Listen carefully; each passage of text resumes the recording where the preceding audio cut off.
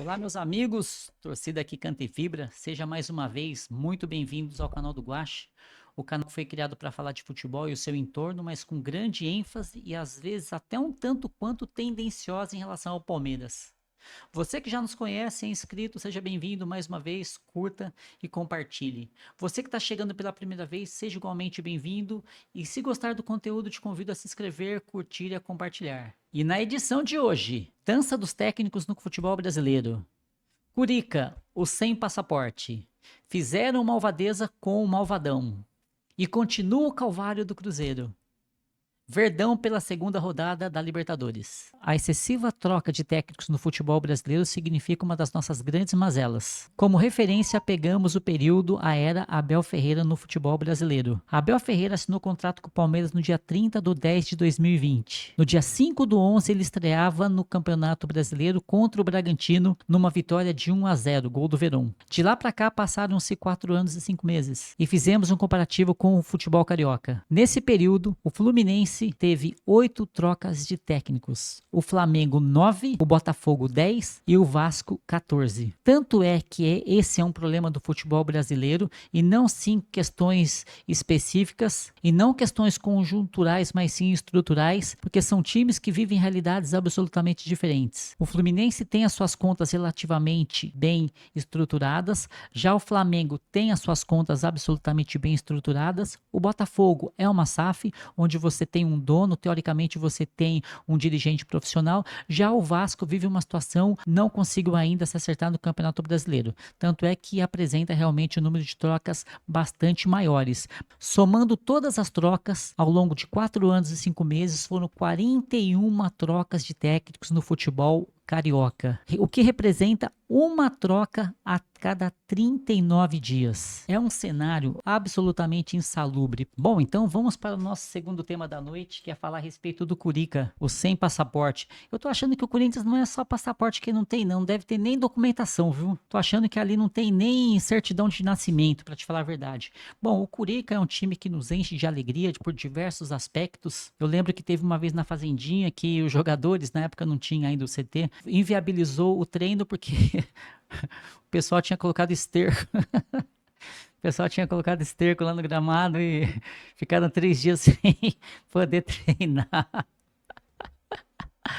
Bom, todo mundo conhece a trajetória do Corica, sabe que não teve capacidade para poder avançar na fase de grupo da Libertadores, tendo sido então expulso pela porta dos fundos, sendo obrigado a disputar a Sul-Americana, que nada mais é do que a segunda divisão. Mesmo assim, não está tendo vida fácil. Na primeira rodada, conseguiu perder em casa para o todo-poderoso Huracan, e na segunda rodada foi a América de Cali tentar se recuperar, mas não foi além de um empate, e empate ainda que eu considero que foi um resultado de muita sorte, porque o Corinthians tomou um segundo gol, saiu perdendo, tomou um segundo gol ali por uma diferença mínima na questão do impedimento. A partir de algumas trocas realizadas, o time começou a se acertar. Um chute do Mateuzinho, que o goleiro ia pegar facilmente, pegou na zaga e entrou. Com isso, o Corinthians conseguiu o resultado de 1-1. Bom, nós temos duas questões aí. A primeira é que, por enquanto, é só vergonha, né? O Corinthians, eu vou te falar um negócio, é uma maravilha, meu. É campeão em nos envergonhar. Mas, ao mesmo tempo, nos enche de alegria, porque a gente quer ver o Curica aí só tomando sacolada, né? Mas o fato é que na Sul-Americana do ano passado, nas 2 primeiras rodadas, eles conseguiram o mesmo resultado, né? O fato é que o Corinthians conseguiu avançar, mesmo tendo dois primeiros resultados nada positivos, né?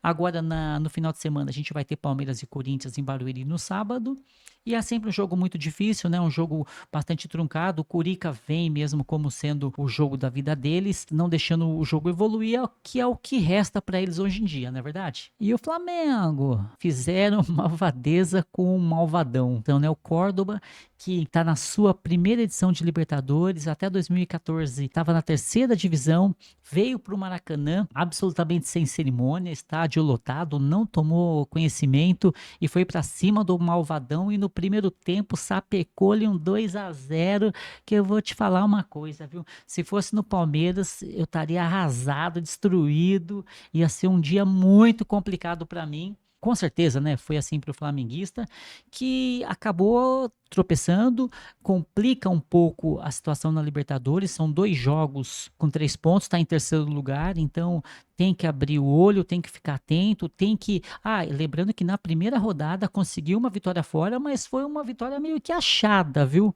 Então, o Flamengo que não acenda ali uma luz de alerta, porque o Flamengo é excelente em protagonizar vergonhas, né? Eu lembro que na Copa do Brasil, pro Santo André, lá dentro do Maracanã, conseguiu perder pro Santo André. Flamengo que fica atento, porque aquele histórico de troca de técnicos lá, ele assombra todo mundo, né? Então vamos ver o que o Flamengo vai arrumar aí nas próximas rodadas. Vamos ficar bastante atento e trazer informação aí para vocês. Lembrando que conseguir informação do Flamengo é muito fácil, porque meu, que a mídia trabalha a favor do Flamengo é impressionante o volume de informação que vem para a internet. Ah, tem a maior torcida, né? Tem essa Rede Globo aí por trás, né, que ajudou a inflar isso aí, né? Mas meu, o que eles despencam de informação, de mídia para o Flamengo é impressionante, viu? E continua o calvário do Cruzeiro.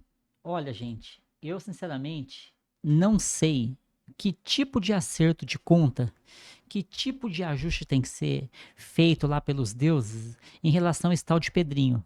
Porque o que esse rapaz investiu e o futebol que esse time está apresentando, se bem que houve muita falha ali, né? Muita falha do pessoal de contratação, porque só contratou cara medalhão e cara que era reserva nos seus clubes.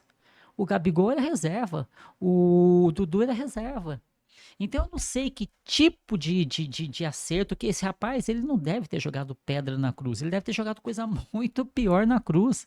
Eu, como palmeirense, eu tô torcendo contra naturalmente, porque a forma com que o Dudu saiu, o Dudu que tanto fez pela gente, acabou nos causando um prejuízo muito grande, saiu pela porta dos fundos, algo que não poderia, e eu naturalmente não vou torcer para o time que ele foi, claro, né?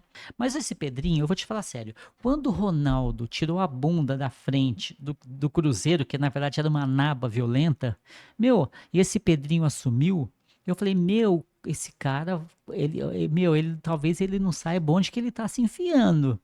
Meu, se o Fenômeno saiu correndo, olha que o Fenômeno já encarou 3 viados aí, meu, sem medo nenhum, hein, meu. O Fenômeno foi pra cima, desceu-lhe a régua e, pô, pra ele sair da frente do Cruzeiro, a naba não era fácil, hein? Então, esse Pedrinho tem que tomar muito cuidado, ele tem que ficar muito atento, né? Ele tem que agir muito ali mesmo como um gestor profissional. De repente, ele tem até que fechar o grupo e falar: ó, é isso que a gente tem, é isso que a gente vai seguir em frente. Eu vou segurar, vou pegar a base, enfim, meu, fazer um trabalho ali mesmo para segurar, para abaixar a poeira e depois seguir em frente e não ceder, porque eu vi que as organizadas do Cruzeiro já estão todas já super raivosas, né? Sabe como é que torcida age, né? Então tem que tomar muito cuidado, pezinho no freio, vamos devagar, porque o Sandro é de barro, né? Bom, vamos então para o nosso último tema dessa noite, que é o Verdão pela segunda rodada na Libertadores. O Palmeiras fez ontem a sua segunda participação na Libertadores e eu definiria esse jogo como um jogo bastante pragmático. O Palmeiras entrou em campo com muito cuidado, com muita cautela acima de tudo. E logo aos 10 minutos, a partir de uma trombada com o adversário, o Veiga lesionou o ombro e foi substituído pelo Felipe Anderson. E foi uma grata satisfação o futebol que o Felipe Anderson apresentou. Não foi um jogo que em conjunto o Palmeiras empolgou. Teve melhoras, está apresentando melhoras, está apresentando soluções, mas individualmente eu gostei muito. O Emerson praticamente não sujou a luva, o Murilo também foi um dos grandes destaques da partida. O Fux, esse sim me surpreendeu mais uma vez. É impressionante como que o nosso mago conseguiu encaixar ali numa função muito interessante que corresponde a um terceiro zagueiro, mas está também caindo como lateral direito e tem uma saída também muito boa, tem uma saída espetacular, consegue sair, consegue armar, fez ótimos lançamentos.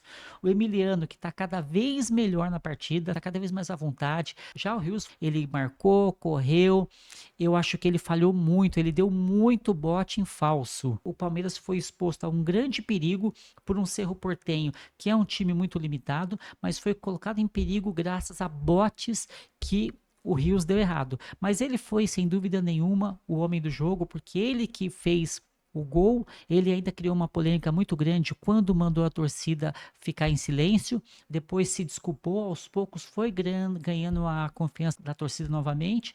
Tanto é que quando o time voltou para o segundo tempo, ele voltou absolutamente vaiado e xingado pela torcida. Mas ele demonstrou muita vontade, conseguiu reverter esse quadro, pediu desculpas no final, dizendo que na verdade era para um grupo de torcedores que sempre o acusa de não ser palmeirense. O Rios nunca teve nada que o desabone, sempre teve muito respeito pelo Palmeiras, sempre honrou a camisa, nunca criou polêmica em torno de si. Então, vida que segue e vamos lá.